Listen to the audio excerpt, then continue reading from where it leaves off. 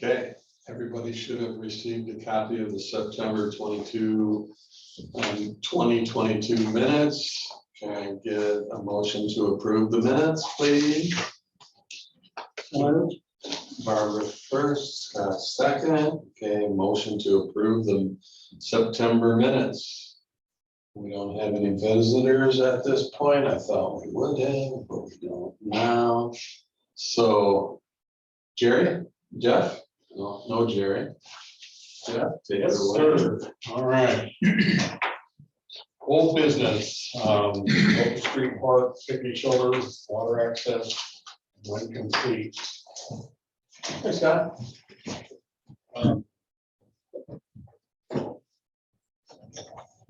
So I was in contact after a conversation with you Yes. regarding status of the local street. The permitting process started in June. I called GR Morgan, the contractor, and went around our liaison who's selling the thing to find out kind of the skinny on that. And basically, they're still with the county. They just received a revision that day we spoke and a resubmit for weld inspections. So they're gonna go back to the manufacturer and make sure the county's just putting them through it. Why? Regarding the plans. Why? I don't, I mean, is it a legitimate problem or? no, there's no problem. They just gotta get all their ducks in a row as far as permitting goes before they allow the shelter. Is there, It's in process. It's like one of the last steps. is there anything that we can do to ramp up the pressure to get this,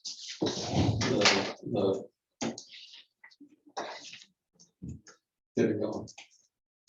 I mean, what more do they need? They've had it since June, right? You said? They started the permit process in June, correct? So it's not like they drug their feet waiting. That was part of the conversation we went ahead. That's right.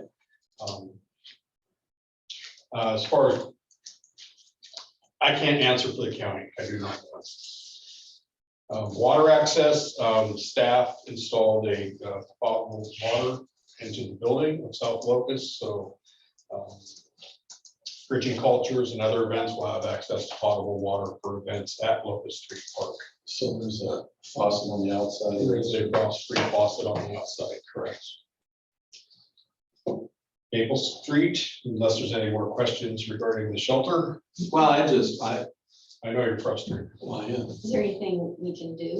We have the shelter in our yard up here, and it's not a dime has went out until we need to have that thing installed. So we're sitting on the shelter. Is there anything? I missed the first part of the conversation. The picnic shelter is in, it's sitting in the yard out here, but they can't install it because we're waiting for a permit.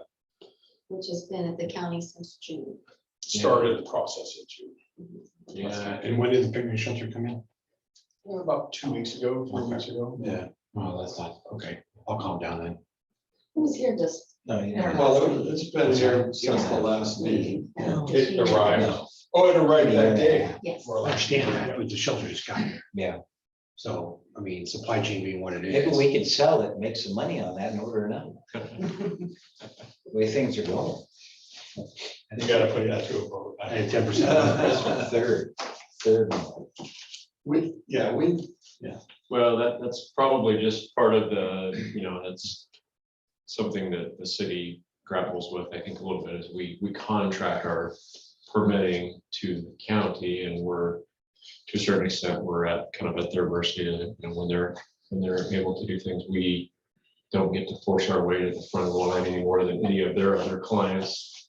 And then even within the city's own system with our other, not non-city projects, but things that are happening in the city, private development, we also don't, it's not appropriate for the city to kind of jump the line in front of those folks either. So, yeah, I think it's just part of that. And as a lot of organizations are dealing with, I understand the county's planning and development department is struggling with staffing to some level, or they've had some turnover, Ryan probably knows a little bit more about that, but I understand that they've had some turnover issues, so then that probably kind of stagnates things. Is this gonna end up costing us more money in the No, long run? It's we're- not gonna cost us, okay, Just time. just time. We're in a great How are you time. getting it done in the winter though? No, we were supposed to start in October. So TikTok, I know, it's towards the end of October. You can do it in the rain. Yes, we need one dry day to pour the cement underneath the structure, so for sure. I hope we get a dry day. And I don't, maybe, I might have missed this part, Jeff, if you said so, but the only thing we can do really is just like any other client or customer of the permitting department is just keep asking. The You may have already said something. the permits are being drawn by the contractor, GR Morgan. So it was a sole source bid, went out. Landscape structure, squash, recreation. Jeff, I'm sorry, one more question. Your team is putting that shelter in? No, sir, No, it is not. Okay. that's GR Morgan, the contractor. Maple Street Park, putting the last phase of the netting to that, signed a contract with Town and Country Fence. The materials have been ordered. I do not have a completion date.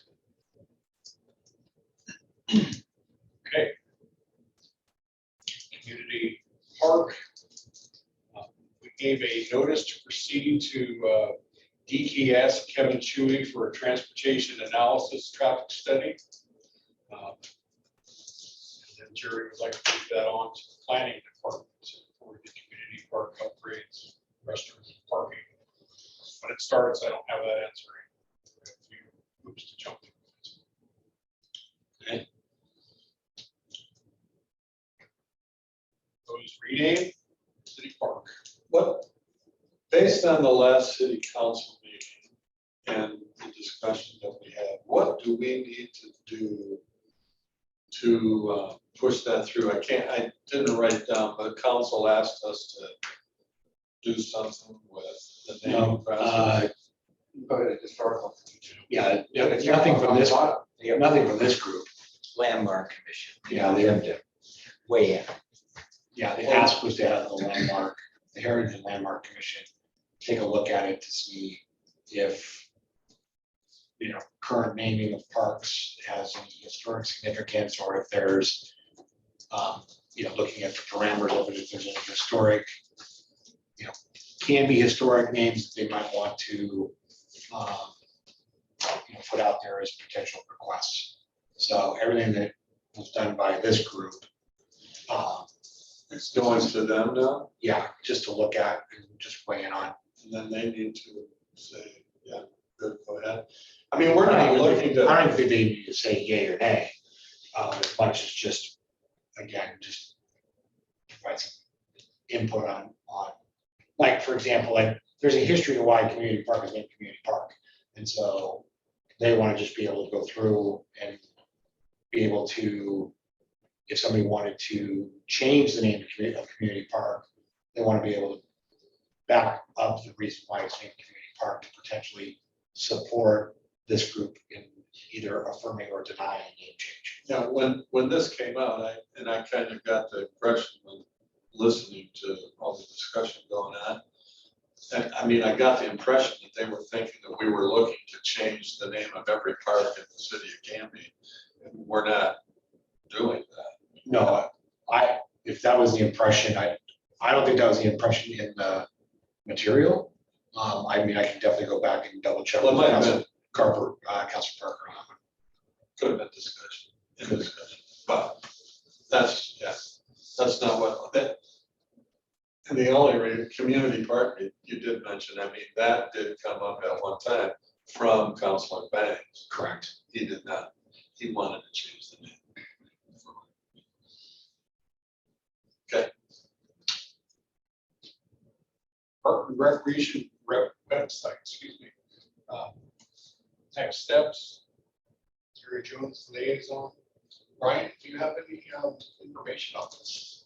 Yeah, I created a little mock-up, but I don't know if Terry, you wanted to start or, No, go Okay. with that. because we had an internal meeting. Yeah. about what it could look like, whether, so I think some of you have discussed that you've seen some other ones in other communities that you like, that are more complicated of scheduling and calendars and all that, but I think part of the discussion here would be, could we have a simpler one in the meantime that's just connecting people with other groups like Candy Kids or the school district, or actually Terry had resent this list to me. So this group could add to this list. So we can look at the more complicated version that other people have. I think that's probably more of a longer term part of our having a recreation department thing, because it would take a lot of manpower to maintain it. But let me just show you what.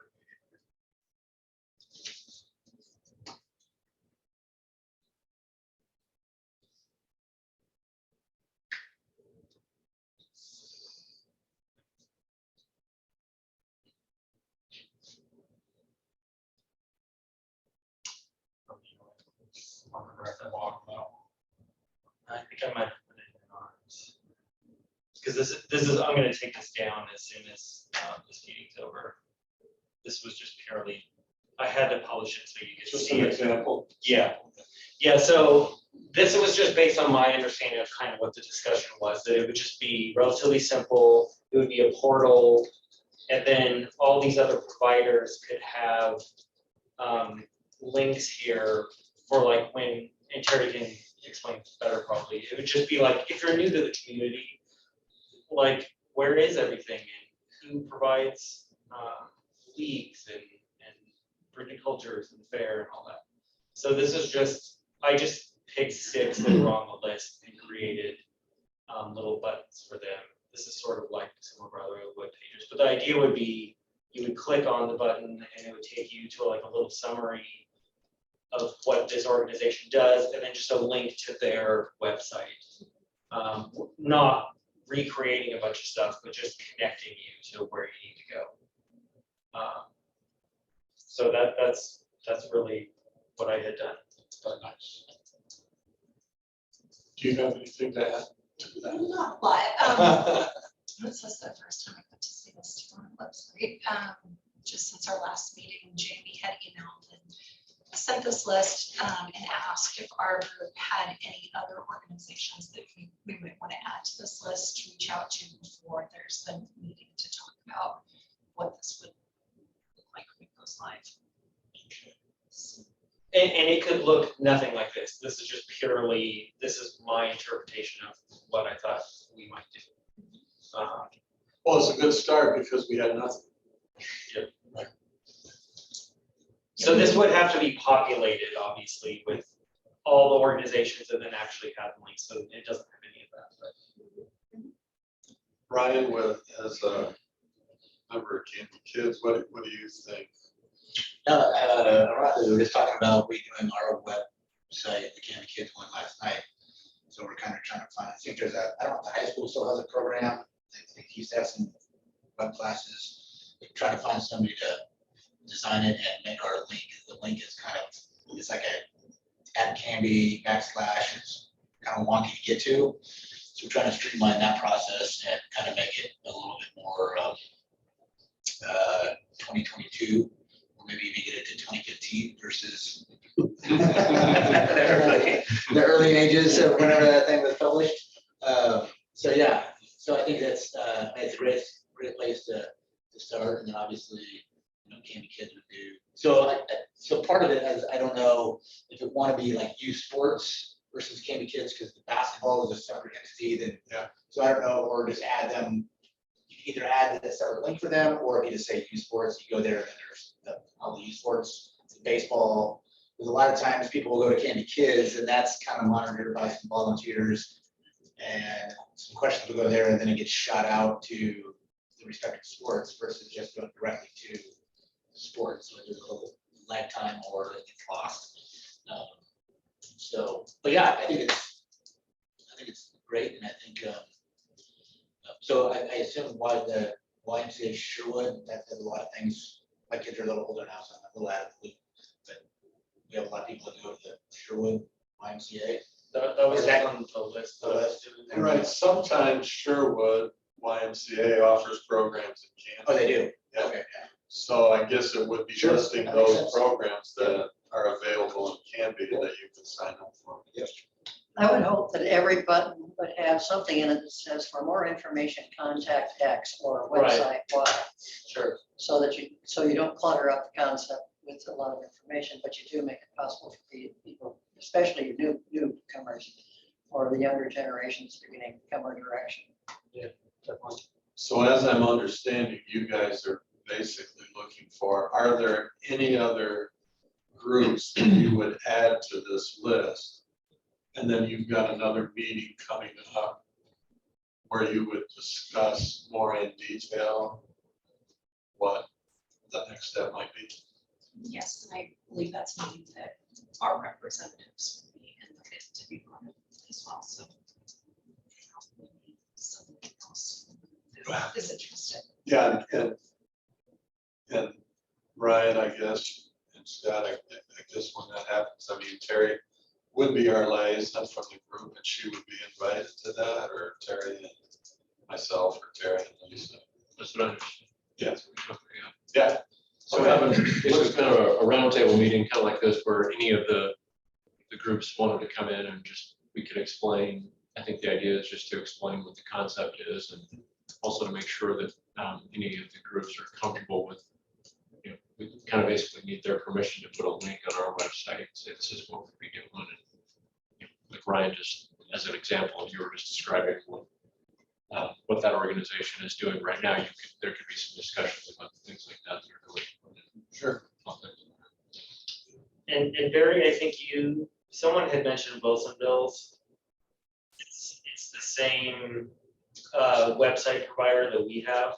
So I would think in the longer term, you know, like with our priority list, obviously we have creating a recreation department in the midterm future, that it would be probably more something like this, where you actually have a calendar and, you know, registering for things. And so I guess that would be later though. Yeah. Okay. But yeah, that's the idea. Then the other one was Chehalis Parks and Recreation District, the one in Newburgh. So it was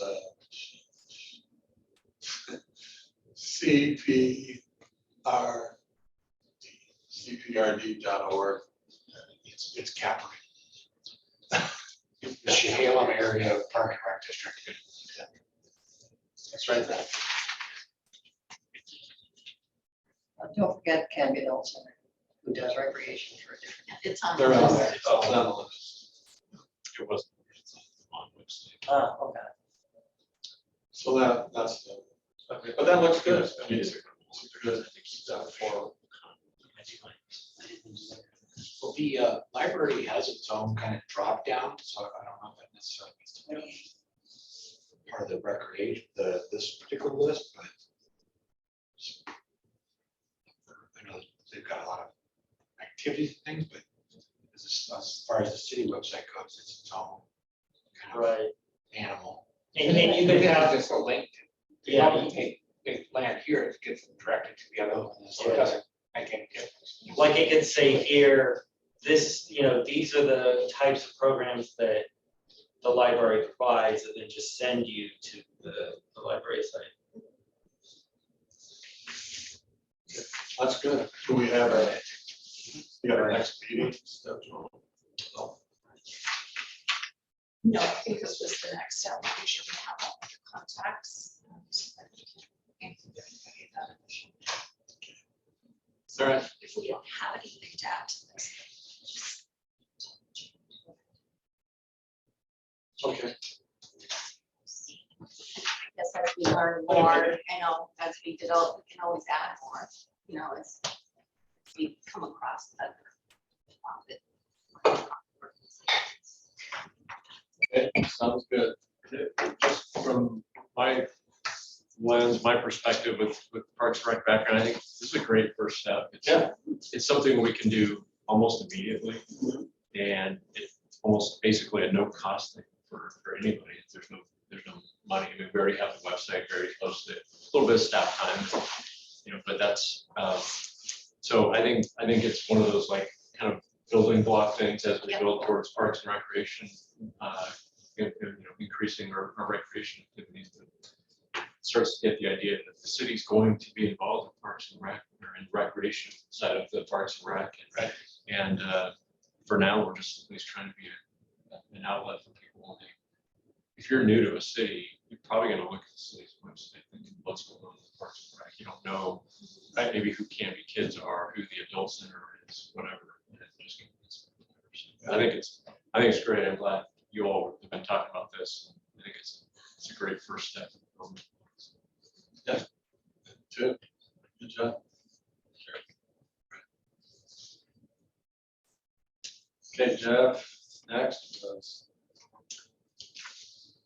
Pickleball courts, what kind of scheduler? So pickleball courts, we had an issue with playtime scheduler. And then we talked at our last meeting, and we decided that when the pickleball people came in and explained their program, it's not a registration, or it's not a, you're not reserving a court, it's not a reservation process. So based on them being here and explaining, we determined that it would be okay to open back up, as long as they understand it's not a reservation system. And we decided not to put, I talked to Jeff a little bit, Jerry, and we're not gonna put up any additional signs advertising for playtime scheduler. Everybody know, the pickleball players, pickleball people, they know about it. They'll go on and reserve it and do what they need to do. We didn't want to add any additional signage because we think that the signage that we have up there right now is sufficient. So unless it becomes an issue, we won't put up any additional signs. So that's where we were with playtime schedule.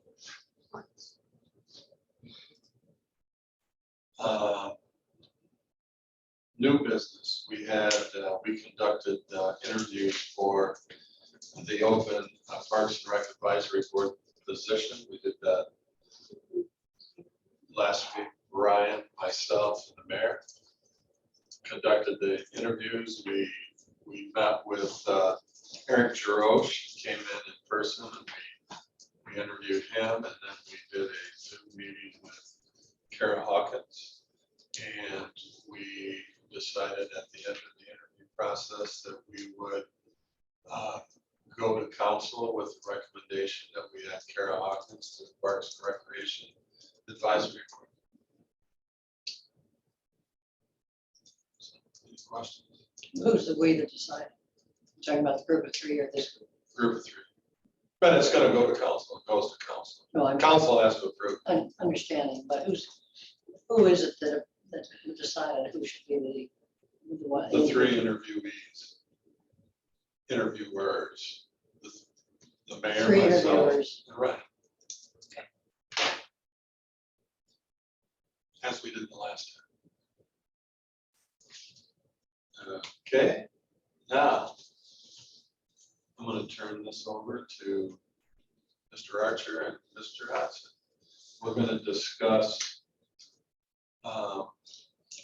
hopefully the CIP that you brought forward to council and our priority list. I also sent a link to this to everybody. I don't know if you had time to look at your emails, but I sent it probably today. So but anyways, I made some copies of some things too, so. You did? Yeah.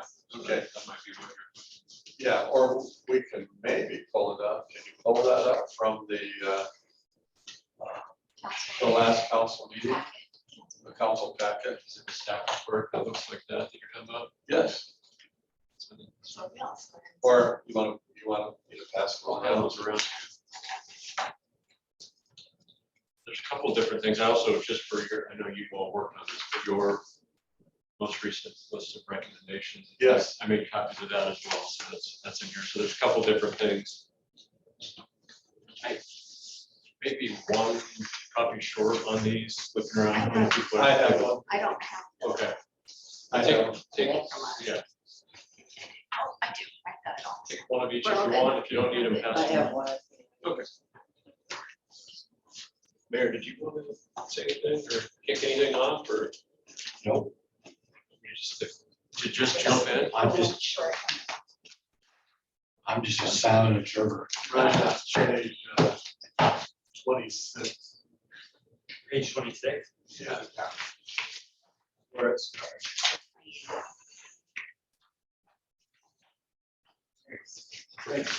Well, that's, Everybody got one? Oh, there you go. Okay. Well, Scott, I guess it's all you are. great. Thank you. Thank you all for inviting me. And I think we are at a very exciting and important time for the city of Canby in our efforts to grow our parks and recreation. I want to say thank you and commend the Parks and Recreation Advisory Board for all that you did this last, let's just say, year and a half or so with the master plan update. It was, I know it was a massive undertaking, and you all put a lot of time and effort into it and a lot of energy. It took probably maybe a little longer than we had hoped, but sometimes that's how things go. I think where we landed was we have a great document, and it's not just a document on paper or a digital document, but it's a map for the city to go forward. So that's what we really want to do. And so this is right now, this is that point where we take this work and we put it into action and we start moving things forward. So when the council adopted this back in August 17th, they asked that staff come back and present a list of recommendations on an action plan. They specifically said review that in coordination with what Parks and Rec Board brought forward. You all brought your recommendations to them at that same meeting. We gave them that. So I gave a staff report. Ryan helped me put together. We worked together to pull lots of information together and assemble this information, and essentially presented a kind of a side-by-side comparison. So I think it was perfect that you said you sent this out, Barry, because I actually was going to use this. It's an easier kind of snapshot. I did bring 3 or 4 copies of we did a PowerPoint to kind of illustrate and make it a little more visually appealing to the council. If you want a copy of that, you're welcome to grab that. There's a few of them here. You can share those. But kind of what we did was started with the Parks and Rec Board's recommendations first, and we went through each one. We put a bunch of different slides together, and then we went into the staff recommendation. And essentially, what I did and what we took,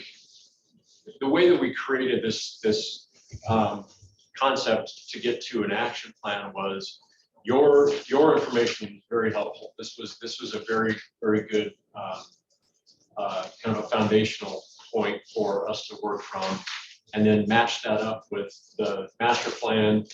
And then more specifically, you remember in your master plan, kind of towards the latter part of it was this, the goals, objectives, and basically the action plan. So each one of those is like, it's goal 1, objective, whatever. So you'll note that in the staff report, and so on each of the items, I put the corresponding goal and objective after each of those action items to tie it back to a specific thing that came from the master plan. So a lot of those, what you'll see is a lot of what the staff recommendation was, took your recommendations and just sort of refined them a little bit more into to make it something that we could actually turn into a CIP. A capital improvement plan is an official document that the city needs to basically create an action plan. It usually a CIP is a 5-year plan. You can sometimes do those with a longer snapshot. So what you'll notice here, and again, for making it easier, is this staff report from the council document is the easier way to look at that snapshot. So what I did was took all of those things that you did, the master plan document, and I put it into 5 phases. Phases 1 through 4 are the 5-year CIP. So 1 through 4 is basically what we would convert into a CIP.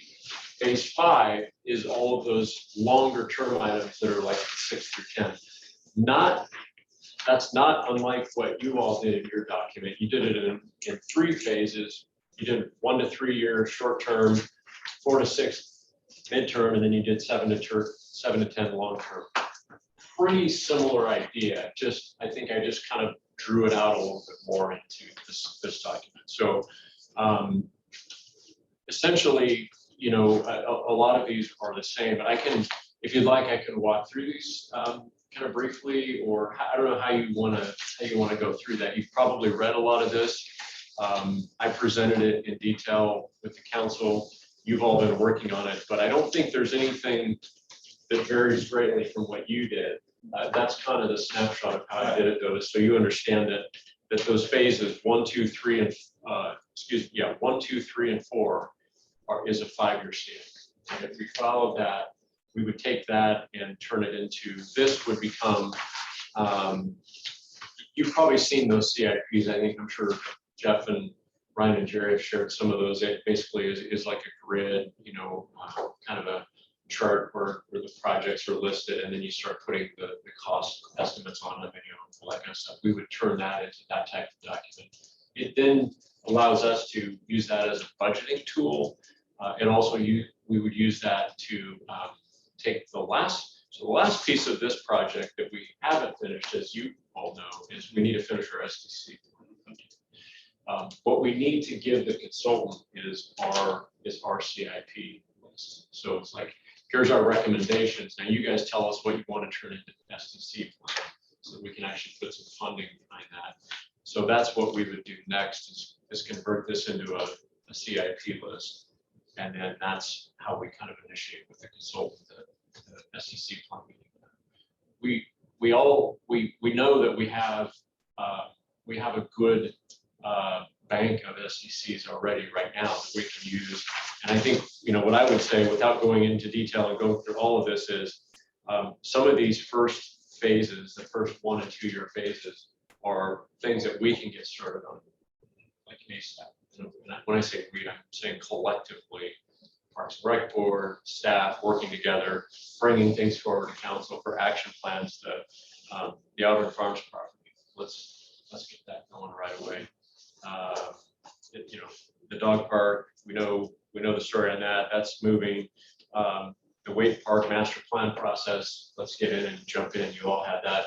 And then, you know, in one of the next phases, we complete the master plan. Let's get it out to bid and go do that. Things like that. So if you kind of follow this through, you'll see in these my phases, what I've done is put like initiate a process, and that might mean starting a park master plan. And then in a later phase, it'll say develop that park. So if you kind of follow through, there's some of these that will appear multiple times, and that's because it's like the first part of it is do the master plan. The second part is go out for bid, build it. Oh, and then can I, just one more thing, Yeah, Larry, sorry, just one more thing that I would like to point out is you'll see running as a theme throughout this in almost every one of the phases. I've essentially said, work with the Parks and Rec Board to create a new Parks and Rec department. And so, you know, that's going to be a multi-year process. What I'm proposing is by the end of that first 5 years, the city has a full Parks and Rec department in place. So right now we have parks. We don't have the recreation side of things. We also have an adult center and a swim center that kind of operate a little bit autonomously from other departments. We put all of that under one umbrella. We figure out, and I think this is where you all can help guide and provide input is, what does that look like? What do we want to first hire a director and have that person kind of lead that effort? Or do we hire a recreation person to get some programming started first, work with our current parks leadership, and then eventually we figure out how we bring all that together. There's different options that we can consider. So you'll see that as a theme throughout all of the phases, where it just kind of keeps going back to that. It's like, take the next step, keep adding on, and keep kind of building. Now, I would also emphasize that it notes in here that not just adding new administrative personnel or adding a recreation staff, but also adding support for our maintenance program, which we're going to need to do. Obviously, if we build new facilities, we're going to need to take care of them. And, so we'll work on that. I think that when you presented this to council last week, I mean, I think 6 of the 8 members we have were there, so we heard your presentation. That was good.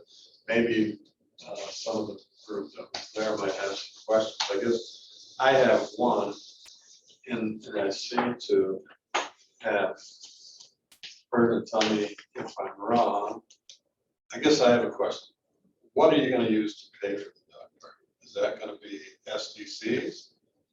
Because at one time, SDCs was not going to be yours. The budget does not use any STCs or parks fees to pay for that the way it's currently. Okay. Uses other city sources.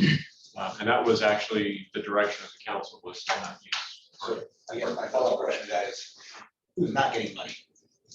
Well, I think, I believe the majority of that comes out of our general fund. So that's from all the city services.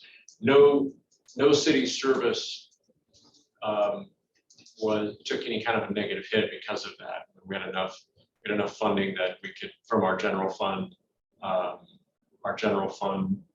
money to pull from that. But we haven't spent any of it. Well, we've spent a little bit on some of the engineering work, but we really haven't spent the bulk of that yet. But it's budgeted for, not from any of the park sources, but from mostly the general fund. I think we also talked about the idea of, there was some discussion, we haven't committed to this part of it. There was some discussion about using some of the ARPA money. That's the federal money that came from some of those federal funding packages that the city received money from. We're still considering how we spend those dollars towards different programs. Yes. So I guess my understanding now is that general fund money is available for parks, not just budgeted SEC money. What goes into that general park that we said, hey, we got a project, you guys can yank money from other places and use. I mean, I guess I'm just trying to figure out. It's been my understanding we've always budgeted and it's been here, and the general fund money has kind of been, that's hands off, but now it's clearly there's $1 million pot that was out there. The way I would answer that is, I think you're making a very valid point, Ryan, is general fund money is always discretionary. That's actually the only fund in the city that doesn't have any strings attached to it. Like SDCs have to be used for an exact purpose. The money that we get from wastewater, revenue has to go back into that plant, some things like that. So general fund money is always discretionary, and that discretion lies within the authority of the council to approve a budget, with the budget committees also blessing it. So that's always discretionary, and so that is a correct statement. What else did you say? There was another part of that. I was going to say something else. Oh, I'm sorry. No, I had a thought. The other piece is, just to be clear, the general fund does currently support our parks efforts. So we get the money from the parks maintenance fee. That doesn't pay for all of the parks department's efforts. So the general fund also currently provides support to parks. It's not 100% funded by either of those sources. Either the SECs or the park budget. So there's- Well, the SDCs is project, so Right. yeah, they have to So kind as of, far as the maintenance, there's another pot other than what was budgeted for him. Correct. We're getting additional money. so on the operations side, so I think you were asking kind of more from the project side, like if there was a project and we didn't have enough SDCs, can you go make a request that we fund that out of the general fund? The answer to that is you can always make that request. I would just, Yeah, I've just been on this a long time, and I think, maybe I could be wrong, we don't do a ton of projects, so maybe it's wrong. But I've never heard of just $1 million coming out of the general fund for a park project. It's always budgeted or always kind of this. So that's why I was curious on, this is, especially $1 million, it's not like we're spending $100 grand for this. This is a pretty big deal, in my opinion. And all of a sudden, it's just coming out of the general fund, which I've always, my understanding is the general fund has always been like, yeah, we're cutting stuff, or we're, I shouldn't say cutting stuff. We're being very creative on how we manage this pot of money. And $1 million would certainly be a thing that, like it or not, for this project would be one of those things to be like, okay, that's a pretty, that's a red, not a red flag, but that's a big deal. Because Yeah. like I said, it's not like it's a $10,000 grant going to the historical society. This is $1 million hit. I know that they're gonna say 700,000 or whatever have you, but that's a big chunk of money coming out of the general fund that for a park that is now being, clearly they didn't get our support for it, so now they're just trying to find a different way to do it. and again, to be clear, so the way it's funded was at the direction of the council. They said, go, they asked me to specifically go and make a recommendation as to how that can be paid without using any part of this. The history of the, city services being funded in the general fund, I can't go all the way back in time, but I can just tell you that, where we're at right now budgetarily is our general fund reserves, which is where we took that money from. So that's why it didn't impact the other city services, is in good shape. Now, that doesn't mean that you can just keep writing checks and spending money, but it's our general fund reserve is pretty healthy. And that's because our council historically has been pretty diligent about putting money aside, making sure we have a pretty good rainy day fund. And so that's where it came from.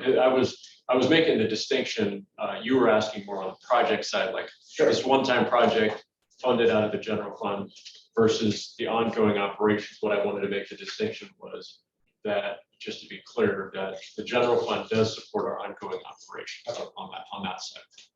Not all of it, because we do have the parks fee, and the parks fee is very helpful and very important, because if it weren't for that, we may have to really think about how we put together our services. And it really does enhance and supplement our ability to provide good maintenance for the city. We do a great job with maintenance.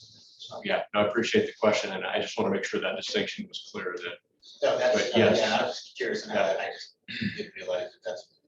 I have a related question, which is, at the next meeting of this board, there are a lot of things to be done in 0 to 2 years. And so when you're talking about what we have to do, some of us, we the council, some of us, we the staff, and some of us, we this board.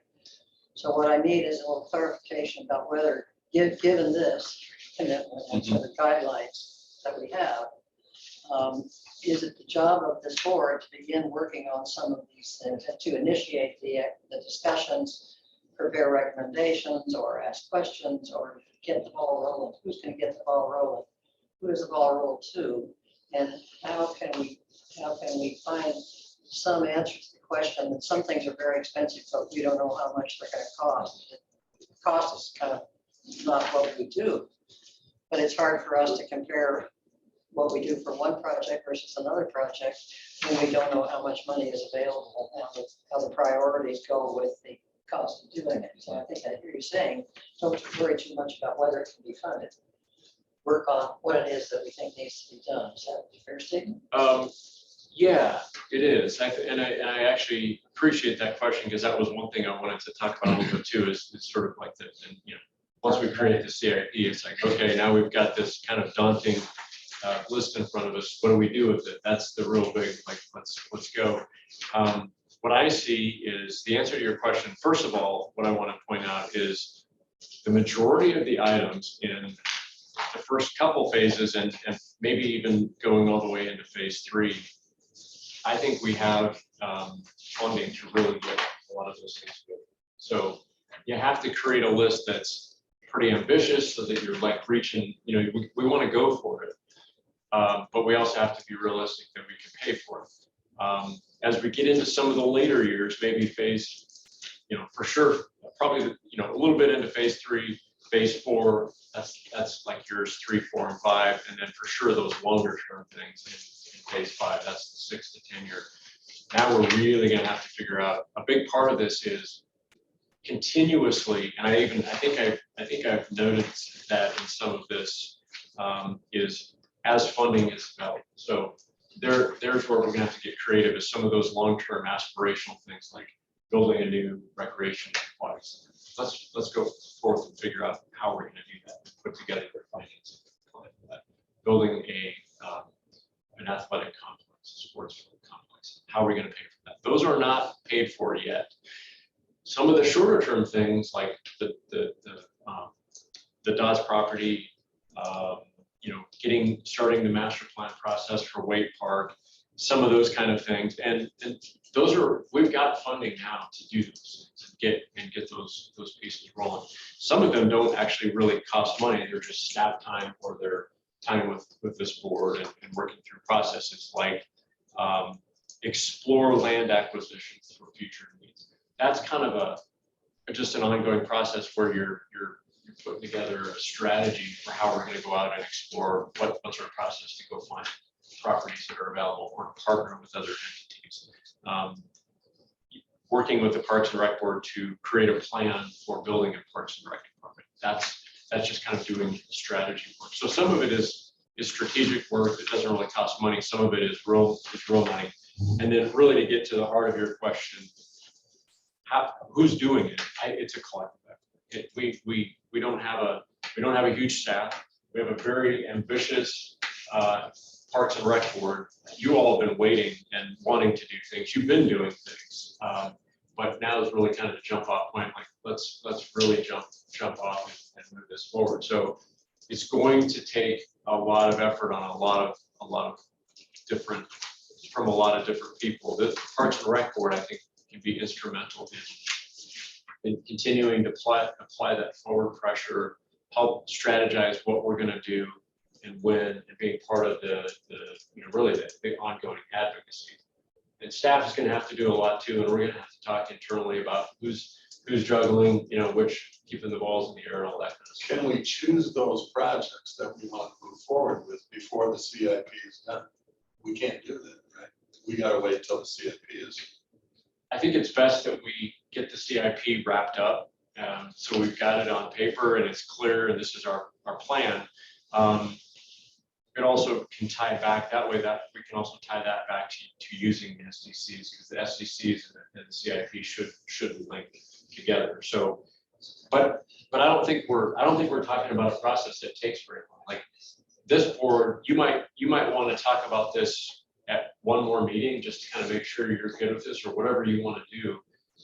And then basically the council has said, bring us back a CIP to approve as soon as you can. They did ask, please go to the Parks Board, work with them to finalize this, to kind of flush it out and fine tune it, and then put a CIP together and get it back in front of them. We could do that in the next, in the next few 2 or 3 council meetings, or at the most. I mean, this isn't a process that's going to take us a long time. So let me put a finer point on it and just say that there are 4 things in phase 1. I see 4 things that cost money and several other things that cost brain power. Yeah. However you want to think about it. So what I think you're saying is that within phase 1, this committee, this board ought to be initiating activity to make some more detailed plans or what we want to do, when we want to do stuff, right? Yeah, I agree. So we can start with follow. That's right. Okay. So I think we finished the CIP soon. This is not, again, I want to get this wrapped up as quickly as we can so that we can really start doing the actual work And then this group would roll that out. But I think you made an excellent point that I was going to mention too, Barry, which is we get the CIP done, but don't think that that's only one, you get one chance to do that. It is an evolving document. So you constantly review and refine your CIP list, and we can move things around. And the board, you all can help with that process. So if you go, hey, we were trying to work on this, but this other opportunity came up, we're going to take something from phase 2 and slide it up to phase 1. Just thinking kind of hypothetical there, but so the mayor and I were talking earlier, and you called it a living document. I think that was a perfect description. The CIP is not, you create a CIP and it's not like you're absolutely locked in and that's it. It's a continuously evolving document. You can move it and change it. It just has to get revised. And go through. So are we operating under the 22-23 budget right now? Yes. Okay, so are there projects on here then that we can start, do, and complete under the 22-23 budget before we put, I believe it's $1 million out of the SDC fund into the budget for this current budget year. That basically just says to be used for Parks and Rec master plan projects. So that's kind of an open, we intentionally wrote it that way so that we didn't know what the outcome of this was going to be, so that you could go, all right, let's use that $1 million to, just as an example, let's go out and start the process of doing an RFP and hire a landscape architect and start doing a public process to do a master plan on the Dodds property. Initiating the Wake Park master plan process, same kind of thing. There's some of those kind of things that money can be used for those types of things. could we use that money to turf the field at Maple Street Park? Yes. 100% of that? 100%? We need to look at what our current SDC plan says. And then we need to quickly get our consultant to wrap up the rest of our updated SDC plan to make sure. So the best answer to that is ideally we would get our SDC plan finished as quickly as we can and make sure that that links with that. And I don't know what the percentage of that funding is. And I don't know what our current SDC plan says as far as the percentage that we can use it for. It just has to be tied to increased capacity. That's what the rule is for SDCs. Capacity of. It increases the use, it increases the capacity. It can't just be used to like replace. We want to replace an old bathroom and it's exactly the same. It didn't increase capacity. That wouldn't work for SDCs. But turfing fields, yeah, if you added an extra bathroom, that would be increased capacity. If you turf existing fields, you're going to tremendously increase the capacity because that can be used a lot more. Yeah. But as far as tying it back to our current plan, I don't know off the top of my head what it says about turf fields, but I know that there's I think there's some broad definitions within the use of SDCs that you could tie it to some increased capacity projects. It's going to take some time to get that moving anyway. And in that meantime, we could be finishing our SDC plan, make sure that these things will. That's why I want to get this CIP thing done as quick as we can. Wrap it up, turn that over to the consultant, and say, go finish your SDC plan. Do we need to do anything for you to get that done quickly? Bless this and tell us what you think. Give us any other feedback you have. Say, okay, we want to tweak a couple things, and we'll turn that into a CIP that we'll take to the council to adopt as soon as we can. Okay, so I mean, you have in your begin updates to Maple Street Park for community input. I mean, do we need to tell you, okay, we want to turf those infields on baseball, softball? Do we have to break it down that far? No, it would just, when this gets turned into a CIP, it'll just say, for example, it'll probably say Maple Street Park improvements, and we'll list out a dollar figure. Okay. We'll tie it back. I mean, that's, again, look at this, it's objective 3.6D. It literally says in here, do the Maple Street Park for whatever the, Yeah. You know what I'm saying? It's all spelled out. Okay. So, yeah, we don't need to get, I don't think try not to get too far lost in the details, just keep it at the level of, we want to finish Maple Street Park. That's going to be one of the things in the CIP. We'll attach a dollar amount to that. And we'll do what we can to get that. With the CIP, it's almost the broader the better, right? So like this is what Scott's saying, well, complete Maple Street Park. Well, what does that look like? And that's what this group needs to figure out and decide. Is it turfing? Is it like what goes into that? Not too different than what we've got to do on the road side of things in Campy. So like when we look at the CIP for street improvements and roads and that kind of thing, that document's been changed a half dozen times since I've been on the council, or, to be able to get things paid for through SDCs. I think we did it with sewer as well. So the CIP, this is a first blush, but then things move up and down. You reopen it to, add things to it because you've got a project that you're gonna do in 2 years from now that you want it called out so that at least it's in the plan. If it's not in the plan, it doesn't get spent, right? You can't put dollars to it, but we can always come back to the plan, add a project in there so the dollars can be allocated to it. So to Barbara's comment, so looking at like just, for example, phase 1. All right, so if you look at like item 2, complete development of permanent off-leash dog park, that's in process. Item number 4, expand land acquisitions for future needs, including athletic complex, that's in process. Begin updates to Maple Street Park for community input, that's in process. Number 7, adopt an update to the city park and recreation land dedication and system development charges, in process. Extend the park maintenance fee, that's been completed. Number 9 is in process. Number 10, in process. So you already look at like what the phase 1 items are. 90% of that is already in process. And so What do you need from us? Now that we know that it's going forward. it's relative, now it's just relatively just getting it to the finish line.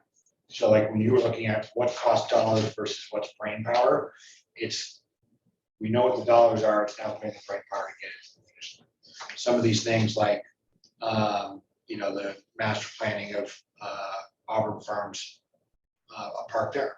That's just a matter of, we were talking, Scott and I were talking about that today. It's going, okay, well, let finding a landscape architect and start holding her, the process to do a park properly is you bring in somebody to do the facilitation of the conceptual design, the planning, the community meetings, investing time with you all to figure out, okay, this is what the community said, what does this board think, and then moving it through its process to then when we break ground and do a park there. Not as we've seen with some of our recent park projects, where it kind of bounces around. Yes. That's a perfect segue. I'd like to just take a moment, introduce, this is Keith Starr. He's the HOA. Are you the president? The president at this moment, anyway. President of the HOA at Auburn West. Nice to meet you. So I invited him to come. Great. So, I mean, again, that's, and we could probably go through each of these phases and already put things that are already in process. It's just a matter of, right, how long is that process gonna take? The trail at Traverso, that's a longer process, but it's in process, right? So that's the piece that I think this group can't lose sight of, the work of the last 3-4 years, that it may not like, well, we don't have a lot of projects, but look at all the things that are in process because of the conversations and the work that this group has done to get to this point. So, Which means there's what's happening. But my question is still, who's gonna start happening that to move the happening forward? this group needs to figure out what to push. Yes, we can make a motion to approve this, or that we support this. There's a difference between approving and figuring out what it means. We have. And then we go and start breaking it down. Yeah, that's a good way to say it, Lisa, is that this is gonna be a big lift to get, this is what the community, through all the different ways that we went through the process of getting this information and then having it get distilled down to recommendations. this is what the community said we'd love to see happen in this city over the, coming, is looking into the future. That doesn't mean it's easy to get there. I would say it's aspirational, but everything in there is within the realm of possibility, but it's going to, in some cases, it's going to take a pretty big effort. Building a sports complex is millions of dollars, many millions of dollars. There's lots of communities our size that have first-class sports parks. There's no reason that if that's what we want to do, we can't figure out a way to do it. But it's going to take some creative efforts over time. This body right here, the Parks and Rec Board, you all are the advocates that need to keep these things moving forward. Some of those, again, though, the low-hanging fruit is we get a CIP approved, and it's right in there. So I was just kind of showing you what in my poor handwriting, but what a CIP looks like if you can envision this in a more electronic form. And I'm sure there's some of those around here somewhere that maybe Jeff's gonna go find one. It'll look like this in a much nicer way, and it'll be years 1, 2, 3, 4, and 5, and each of the projects will be lined on there. So I just wrote at the top, I wrote Dodds. It'd be like Dodds property. Year 1, we would put $50,000 in there to go do a master plan. I don't know what the amount is. We'll figure out what it would cost to do a master plan. Year 2, we'll put maybe the first part of development, because I would see that probably getting, you do the master plan and then you put it out to bid. It usually takes, a lot of the projects will span over a couple of budget cycles. So you'll split the project up and put it over. Perfect. Yeah, looks something like that. This is for, it's current. Yeah, that's our current, that's our parks CIP right there. And you put the dollar amount in which fiscal year you want to do which part of the project. But a lot of the projects, you span those over the course of maybe 2 or 3 budget cycles. So it's going to take X amount of time to get that done and on down the list. And some of the projects you won't see any money appearing until the later part of it, because you're not going to work on those until some later. Thanks, so yeah, sorry, go ahead. No, I've talked here. Going back to turf in the fields, is that something realistically that we could have done for the next season in 2023? If, for example, there's a vendor on the state approved list that does that kind of work for government entities.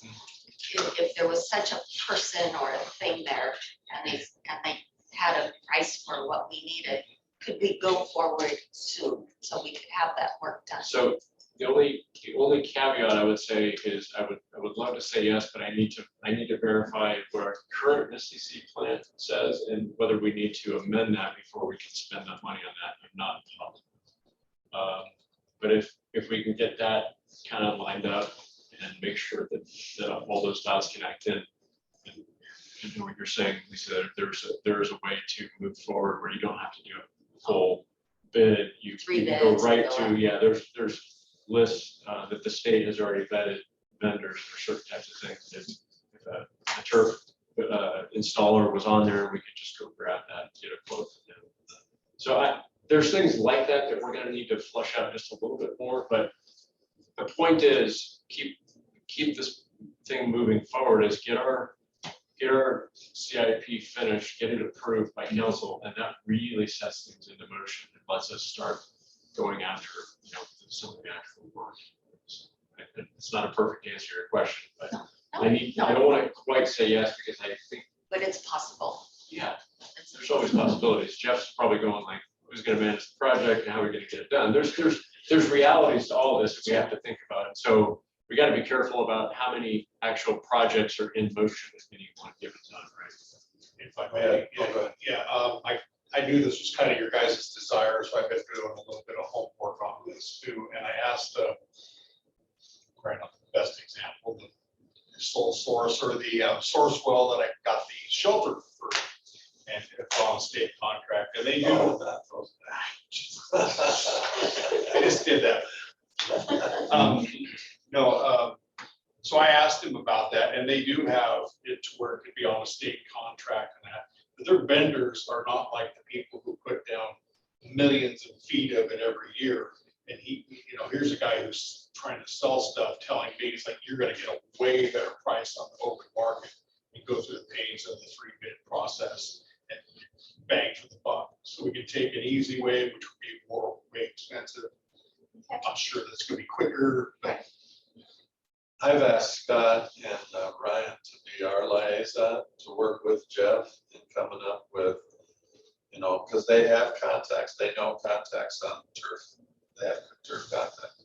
So, and they know more about, so to be our liaison for our board, to work with Jeff and maybe come up with, So we know what a price is that we can maybe plug into. Treat the it CIP. Right.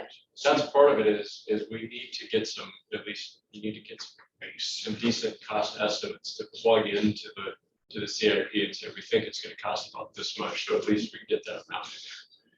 So you guys are talking about the completion of Maple Street Park versus the turf, and one of them has to be in it. So do we have to kind of say everything we're doing to Maple Street, or is it just turf? Because I know the turf is easy, like we're putting it right here versus we're talking about moving the basketball court. There were some other conversations about redoing some things, and I'm like, well, that could be a longer term process than just. Yeah, that's all kind of under the. So I wasn't sure if that was, when we talk about the CIP, if we have to have that whole kind of master plan down, or if we can just say. I think it is the Maple Street Park improvements. updates. Okay. It literally So this is says, just one of the line items. the So turf yeah, is that's one of just the- gonna be a chunk of the Main Street. here's what I would see, Ryan, is you would take one of these projects and it would be a line in like one of these, and by year, you would just program in the estimated amount you think you're gonna spend for each of those budget Okay, years. So okay. it doesn't have to say turf fields this year, it would just say Maple Street improvements. So, you might put X amount in the Okay. first couple of years, you might put in X amount the next, few. You just have to acknowledge that you don't have to break it down and say playground. exactly. Okay. I just wanted to make sure that that's not what we had to kind of have a detailed plan, because I was like, that could be a while versus we kind of have a plan for this The part. CIP is a high level snapshot Yeah. where you're saying, we're gonna accomplish this project. And in this case, the example we're using, Maple Street Park improvements. You would just basically say Maple Street Park improvements. That would be the name of the project. Within that, there's a bunch of sub projects, right? So different things, whatever those are, sports fields, playground replacement, whatever the few things are that you want to finish. And you would spread that out over a few years of, where you plug in the funding for it. It doesn't have to be that specific. Okay.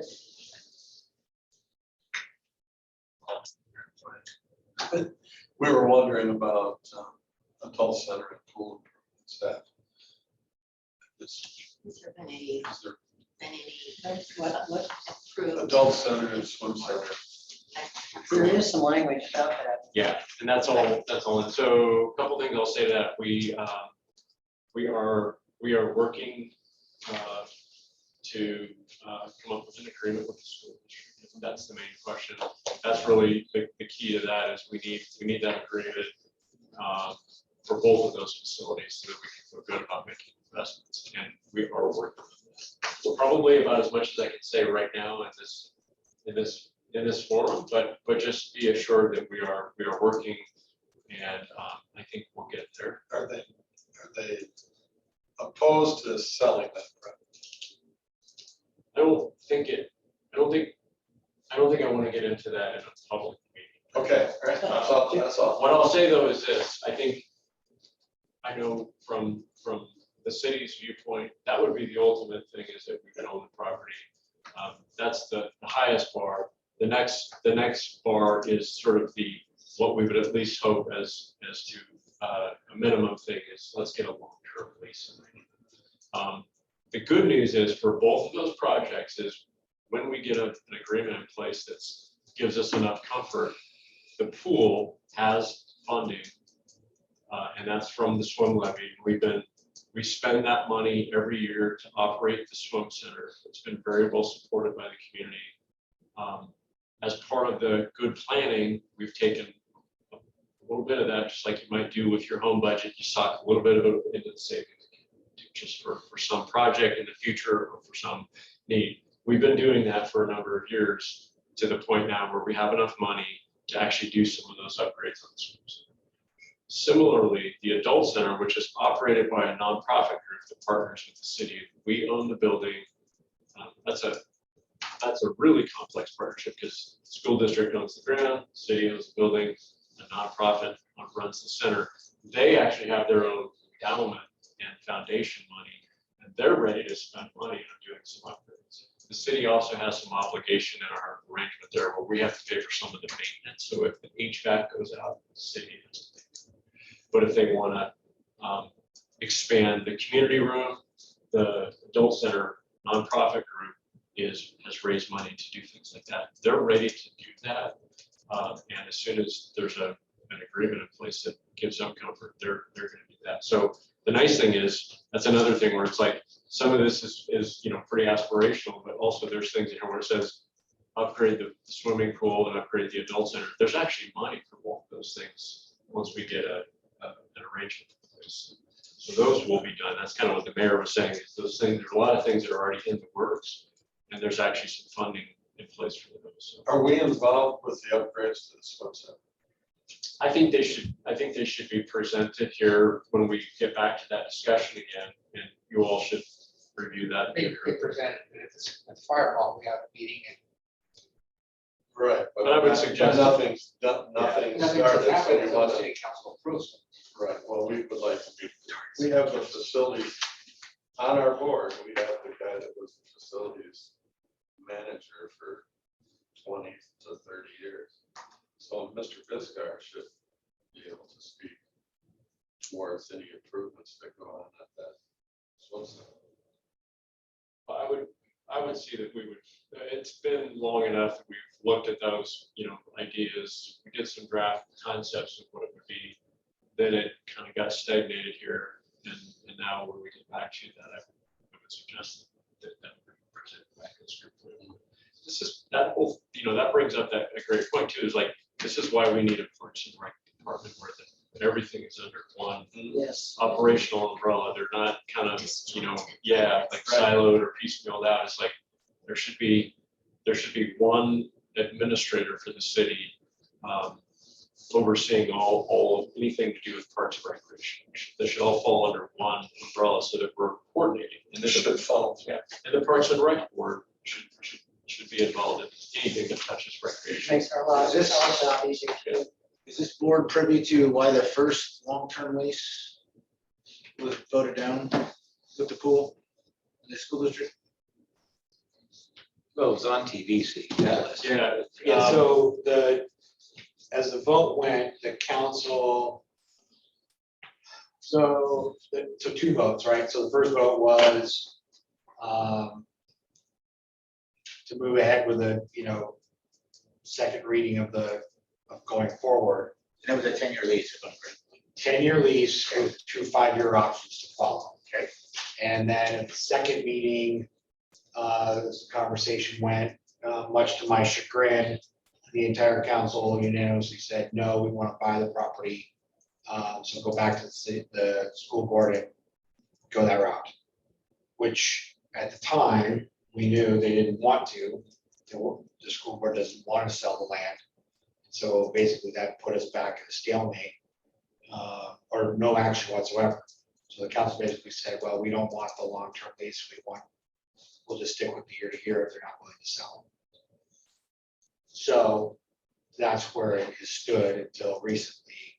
And now Scott is back to the table with the school district, trying to work out, hopefully securing the long-term lease again.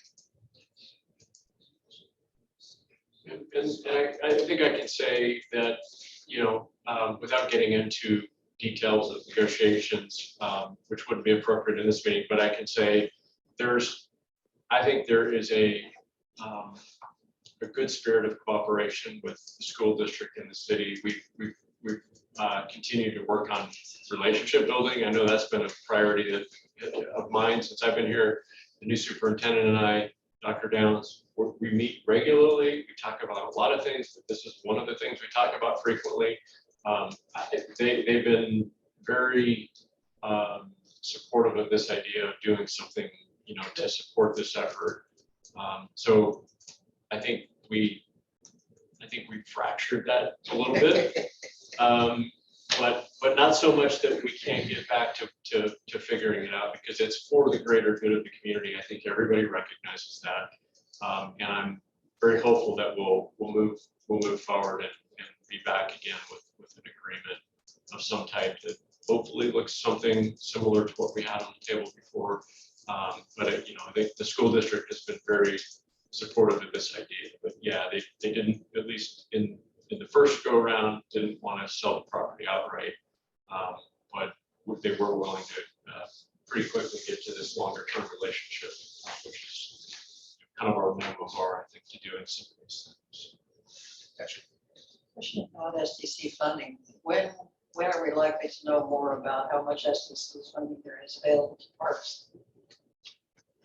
Well, we know that right now. We know what the account balance is currently. I don't know, I can't recite that off the top of my head, but it's It's 6 million. getting to that point. Yeah, it's around there. We're six. Around what? It's around $6 million, I think.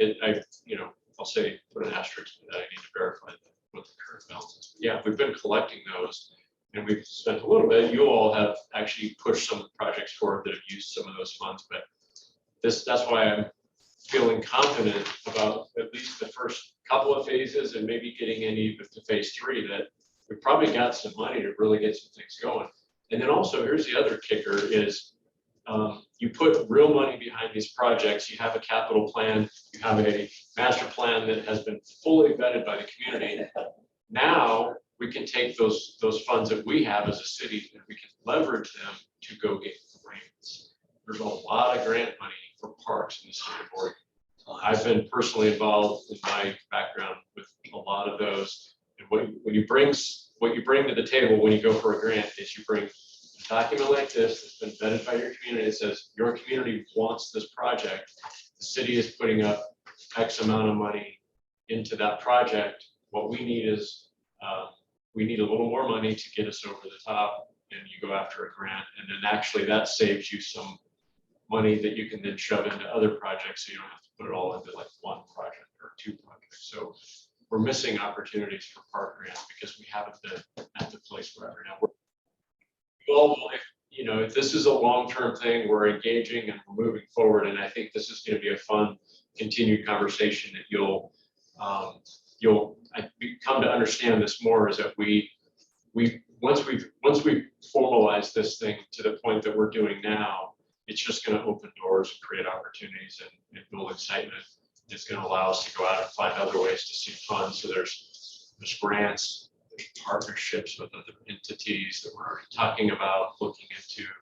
There are, things like corporate sponsorships for projects that you can get into. But it's hard to go out and talk about doing those things when you don't have a fully vetted plan, or at least one that's not 20+ years old. And we haven't really figured out what, now we've got a complete plan, updated priorities, we're ready to get going. So we've got a great opportunity in front of us. Well, what's fun about this is the money's available. On the other hand, there are a lot of gigantic tests to be done, and somebody was needing to do oversight, which makes the hiring of the parks administrator and enough staff and leadership to do the job. Because there's a limit to what we can do as a board without a dedicated person to do parks oversight. Yep. So I think that really is something that if you all can keep that at your forefront, which is it's in every one of these phases, working with the Parks and Rec Board, create a strategic plan and implementation process for creation of a new Parks and Recreation. And underneath that heading is, in what order do we put into place some different staffing or some different structural things for that? How does that work?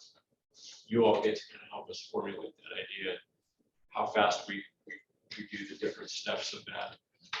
Ideally, Scott, when would you like to have the CIP from the board? In November?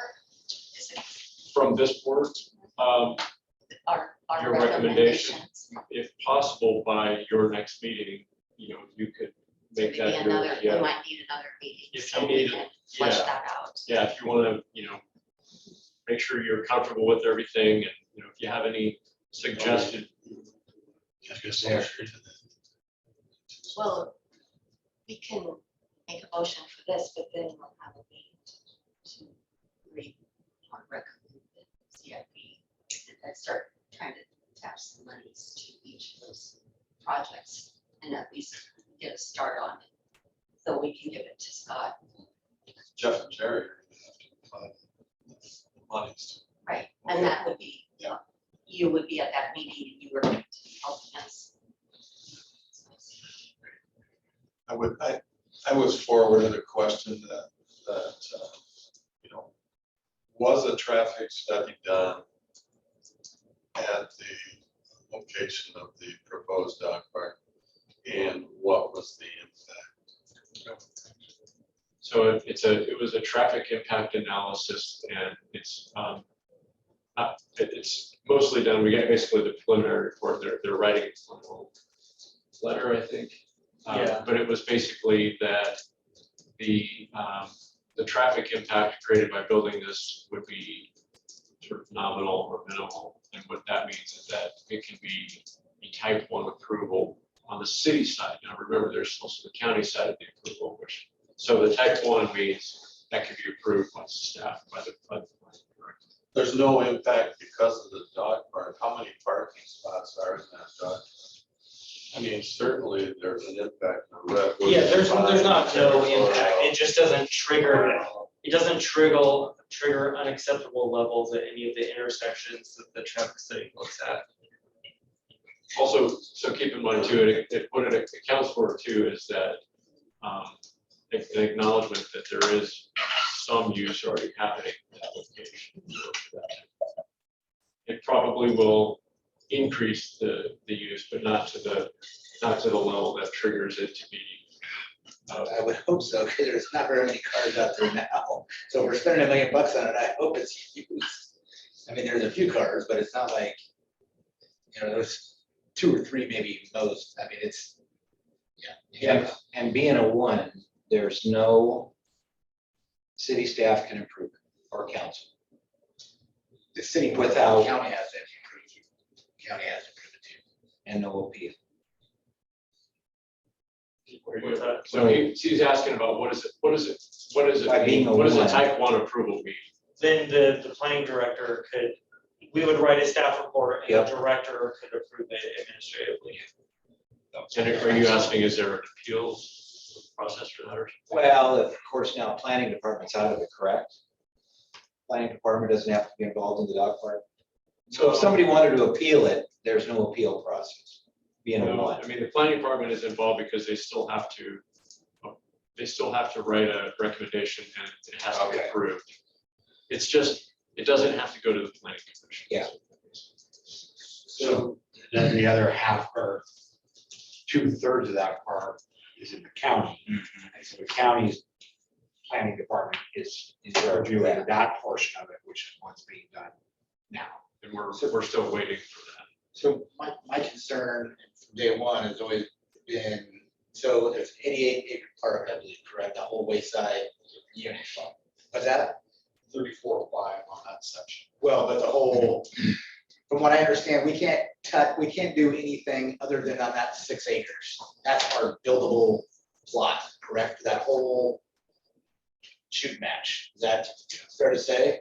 So I don't believe at least this group has, but I know there's a whole 4 people that like to plan parks, so maybe they did their own master plan of, now we got a dog park, but we have not planned for the other, I guess, 83 acres that's going on there as far as parking or whatever's gonna happen in the future for this 6 acres that we have. We were told we couldn't do Right. anything on that property because That's that's not right. where we wanted to. What am I missing? Right? No, And we were No. told we couldn't do anything. we have there. 6, I thought it was 6 Yeah. acres. Wastewater treatment property was for a wetlands type of reclamation area. Right. That's 34.5 acres. Yeah, the Fischetti property, which is across the creek, Right. separate, that's Parks Department, city land, hooks around to this golf course, hooks up the trail again. Close to 80 some over there. What we're focusing on is 34. Nothing on the other side of the creek can be built on. That's more of a passive use trails, like low impact. The 34 acres is spoken for because it's needed for tertiary wetlands. Sure. It's, and I think other future wastewater needs, right? Yeah, that's what I mean. So But wait, as far as doing parking or anything like that, isn't there like a 6 acre swap? I mean, that would just be on the wastewater property. and it's 6 acres out of that whole, I think the actual dog park was like 4 something. and then, so does that use up all, but I guess what I'm getting at is, did we plan for, is there any more parking? Or did we use it all up at the dog park and now we have this whole thing with, We can There's only 12 put spots. parking on the city portion of it, so how it's designed right now, that's on the city, in the city limits, in the UGB. We cannot put any more parking on the wastewater crossing. so I guess, how many parking spots I believe it was 24 or 27, at the max? Is that as of right now. other, I mean, so we can, I guess, can we expand it? I mean, because if people are gonna be using trail, I mean, there's trails out there now, right? I mean, there's kind of the trails. Correct. The little parking lot over here is full quite a bit of the time. Correct. We have a dog park and people are, I mean, this ever gets, we can put trails out there, correct? It's spring. Yeah, they're already kind of made. Sure. Ad hoc, yeah. My question is, can we expand that parking lot? I mean, we didn't build the dog park and then we didn't do, they came in and said, we're putting this here. But then we put any forward that, like, okay, in 10 years, if there's trails, Anything's possible. We could drive it up this way, up the lane. I don't know how popular it'd be, but there's the eco park right across the road. trees, yeah. Is that what you're saying? Yeah, but so as far as I know, there's no trip cap. So, you know, if you were to do something else out there, it would just have to be reanalyzed. But there's no like allotment of this many trips that can be there and. My concern wasn't necessarily the traffic study, more of, did we, I mean, typically, like you just mentioned, Don, we're gonna put 50,000 on a master plan for 2 acres. If we got how many acres over here in this wayside and we haven't done any type of master planning, and there's a dog park that's gonna land on this spot. How did we think about long-term parking or, I mean, that's kind of where I'm coming from, is we're kind of painting ourselves into a corner potentially with a dog park. Did we think about the rest of that small buildable land? And maybe I'm not saying that right, because it sounded like we only had the Three Sisters property. Which is in the county. Okay, maybe it's not even that, but maybe we had a smaller chunk where we could put parking and things and, Correct. That's on the city property. As Okay. you come up this lane off to the right, not very far out into that piece. so that's my bigger concern is, did we put any, other than yes, we needed a dog park, and then that was the end of our conversation. Did we think about anything else about this whole 30 acres and then whatever that is? You just mentioned that. You see what I'm saying? I mean, Yeah. Master I didn't plan. say it very well, but I guess I know what you're asking. we didn't put much thought into this whole When big you have area. walking trails and stuff, where's all those people that park? If you can't. Well, we can put 20-minute signs like downtown, that works.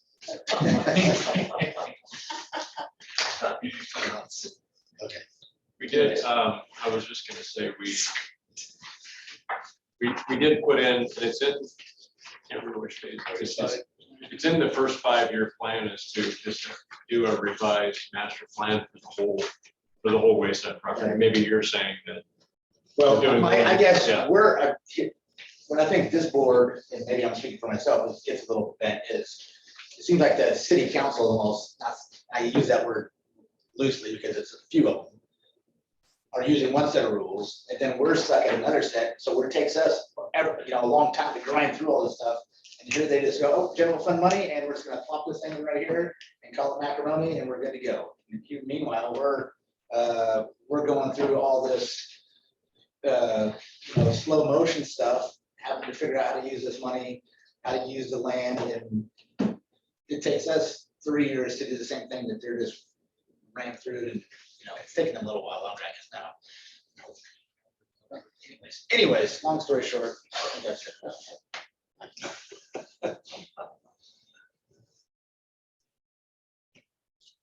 So anybody, I'm sorry, I was just gonna make a kind of final comment. maybe. Oh, go ahead. Yeah, But if you have a certain other question. No, I have no. Well, I guess what I would suggest, coming back to the point of sort of what's next, how do we move this along? So what staff needs from this board, and the council did also ask you to weigh in on this, help us refine this or finalize it, is you're looking at this list, the phase plan. If you have any recommended changes, or you want to tweak that or alter it, the sooner you can inform us of that, the better. Then what we'll do is we will take that. The idea is to take this information in these phases and put that into a CIP, create a document that we can take to the council and get it adopted. So the sooner you can make a recommendation, the sooner we can get that next step.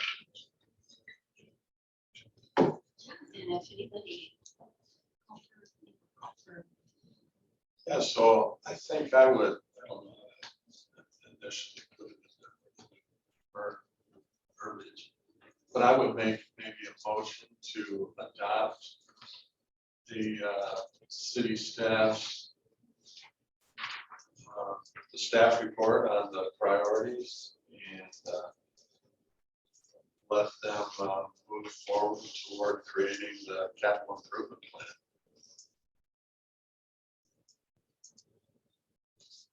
Did you want an analysis by this group and some of this before we do it? First of all, second, and then we can have a discussion. Discussion.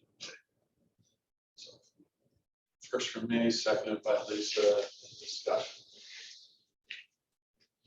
I think it's fine as long as we go back and tweak it. Well, if we're gonna tweak it a little, why would not wait to make the approval? Tweaking this, Yes. Well, the capital improvement. that's separate. Yeah. Well, Oh, just that record. Just this. Yeah, that's fine. that's this, and then they'll come through and put some cost to it. Yes. Then we can fine tune it. Then we can find. Okay. This is reflect Yep. your priority list. Yeah, Pretty much, yeah. I guess that's what we're driving at and asking is, does this reflect what the Park Advisory Board has based on Park Master Plan, your priority list? Is this a jump off point for staff to go to create CIP? Yes. I would say that this is almost identical to what we gave Yes. you, except he's broken it into more things. So I would say approve it. Yes, go for it. Does anybody want to consider one addition to the phase one thing, and that is getting started on getting a director? It's on there. It's on there. It's Is on that, there is already that in phase one? in phase one. I'm sorry, I didn't. look back. Well, In that case, no comment. yeah, if I could, let me, maybe this helps you before you vote and everything is, let me make a distinction. So some of the items on this are not actually going to be in the capital improvement plan. That's, the CIP is going to be project specific. Some of these are just going to be general recommendations as to proceeding. So the staffing, creating a department, that's not going to appear in your CIP list. That's not going to be on the project list. That'll be, and maybe we'll figure out a way, and Ryan and Jeff, as the staff liaisons working with you, can figure out a way to keep a list of those things that are like strategic planning efforts that are separate from the capital list, like creating a Parks and Rec department. There's a couple other things in here, I can't, but you know, Probably going out for RFP. Yeah. Really more strategic.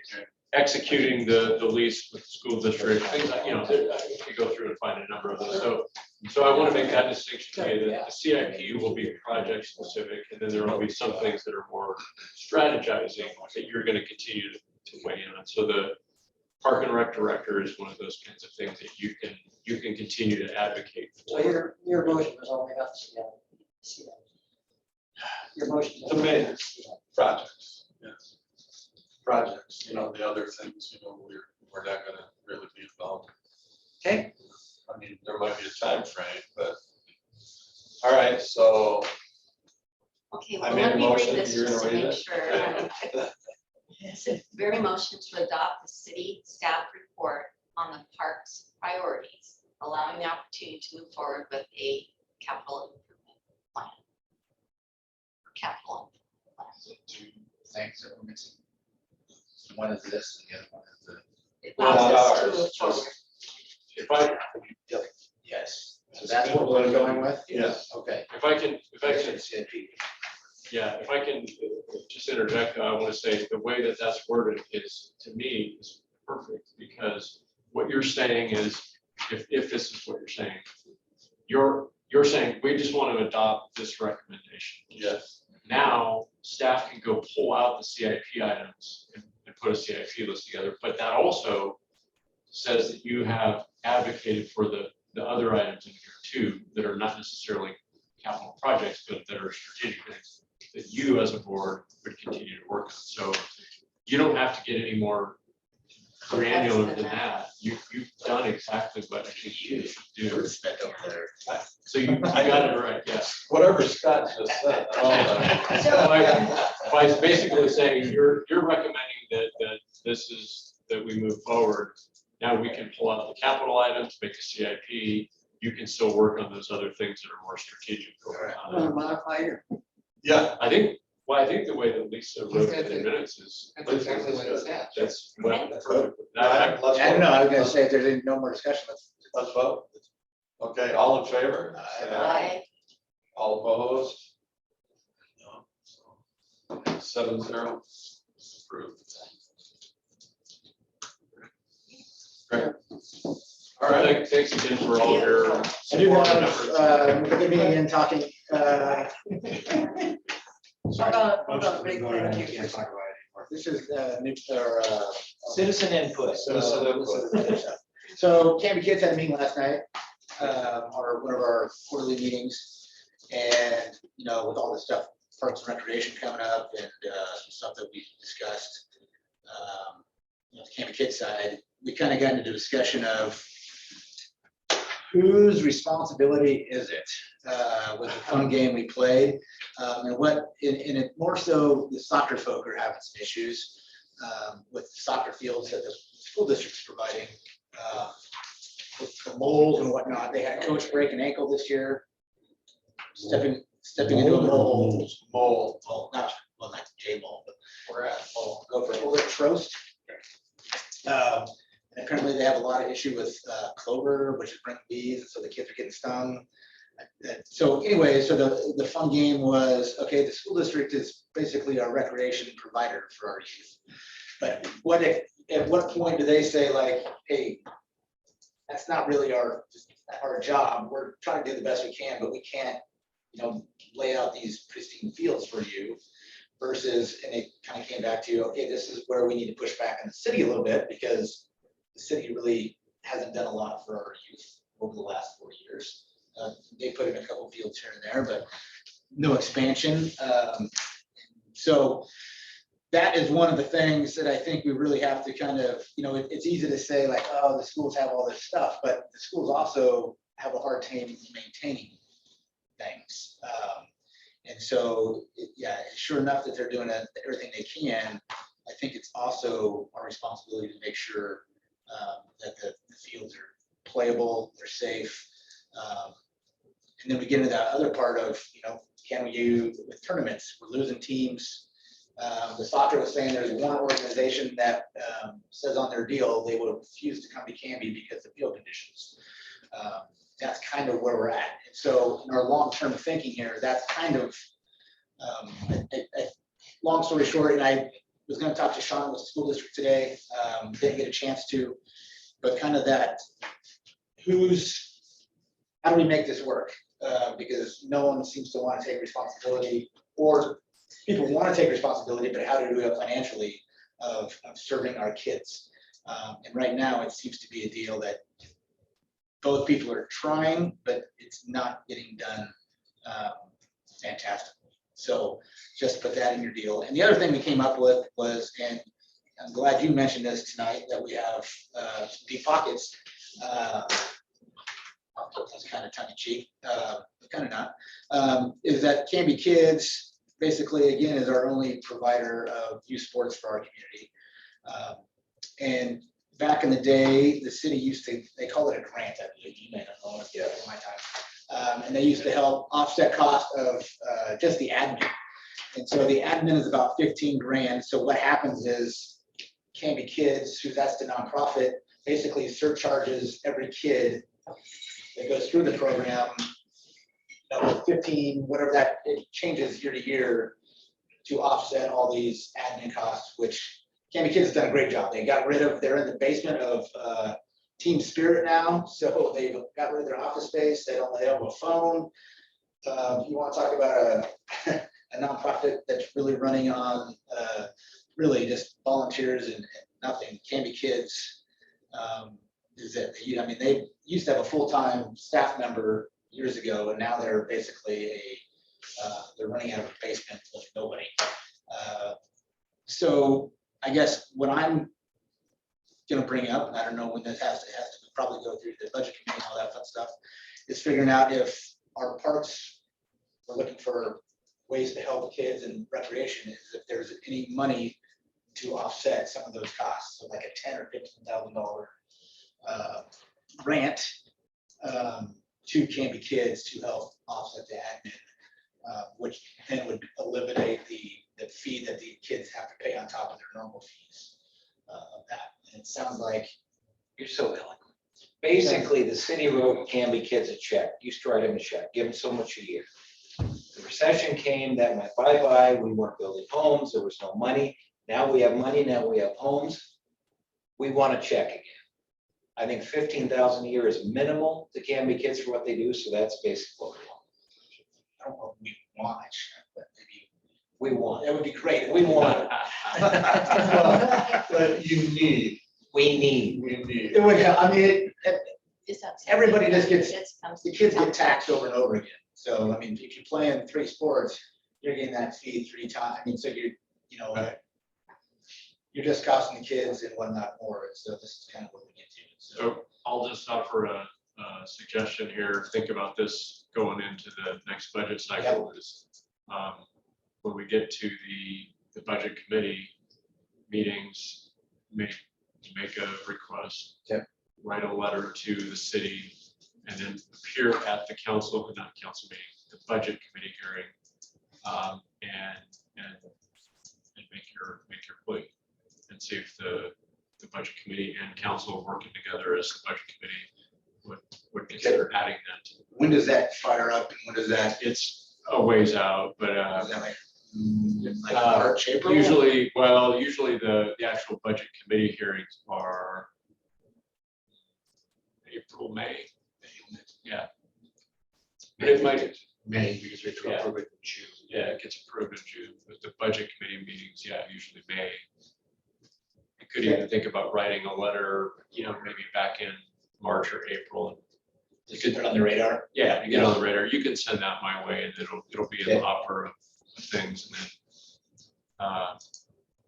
Yeah, I don't know how the process worked with that group in the past, but that's kind of the way to get the ball rolling. Perfect. Thank you. Yeah, I wasn't aware that that was something that happened in the past. So that's good for me here. Anything else? Steve, did you want to mention anything? I just concerned, I'm meeting tomorrow with as many as the HOA people if I get there. And of course, we're going to discuss what they would like at the park. Are there things that are off limits that I can say, hey, don't even bring that up? For example, Wilsonville has a couple of water feature ones. Now, those are pretty nice, but I think Westland has a pond about this size. Is any of this off limits, or is it possible to add that to the want list? We don't want to make something that is ridiculous and will maybe hurt the overall effect. So that was one of the big questions that has come up so far. Are there things that are off limits that might be too expensive to talk about, or how does this work? Why don't you start a master plan like we're supposed to, and just a wish list? How about that, a wish list? Now, I wouldn't think a park with kids, a pond would be the greatest thing, but maybe we got too many kids, so. I don't know. But a wish list, would be- Yeah. a wish list would be great. Okay, an organized 1, 2, 3, 4. Yeah, If we swing it. prefer this, Right, and then if we could get this, and if this would be great, that type of thing, yeah. sure, like playground equipment, Mhm. yeah, basketball. For sure, playground will be on that list, for sure, basketball. There's this new thing, pickleball or pickleball. Pickleball. I know a lot about it. Are tennis courts and pickleball courts completely different? I mean, if there's a choice, is it better to ask for a pickleball court than a tennis court? Well, they do. These are questions they're gonna We ask do me. have I- sports courts, What's that? a sports courts where you can have a multiple things going on one court. Oh, I see. Like- Okay, that would be a better choice than saying, we'd like a basketball and a tennis and a pickleball and Yeah, probably. a sports court. A Oh, okay. sports court. Those are. We've only got 2 acres. Yeah, there's Yeah, only two. I know it's not real big, Yeah. so we don't wanna, and obviously you're gonna want the playground. That's gonna be their number one. But then you need to go into that. Do you know what the length and width is by any chance? Jeff. Roughly? I don't have that one on top of my head, No, I'm okay, sorry. that's all right, no problem. Thinking it was like. I know it's deeper than it is wide. Correct. I don't know if you're familiar with like Locust Street Park. But it's just, I think maybe Brian's gonna look it up here. Some of what your wish list will be constrained by is the actual geographic area. Uh-huh. So. Yeah, that's, I know it's pretty Parking, narrow. and, yeah, restrooms, playgrounds, and then Yeah, what's left? courts. And there's quite a bit left, actually. Just. Is it only And they just put it. Just a little over two. It's a little over two. Oh, okay, so that's not that far away, so it might be better. It's I don't wanna 2.33 acres. I'd like to get it narrowed down. Can you do a Keith, it's measurement? 2.33 acres. Oh, okay. And it looks like it's about twice as long as it is wide. Yeah.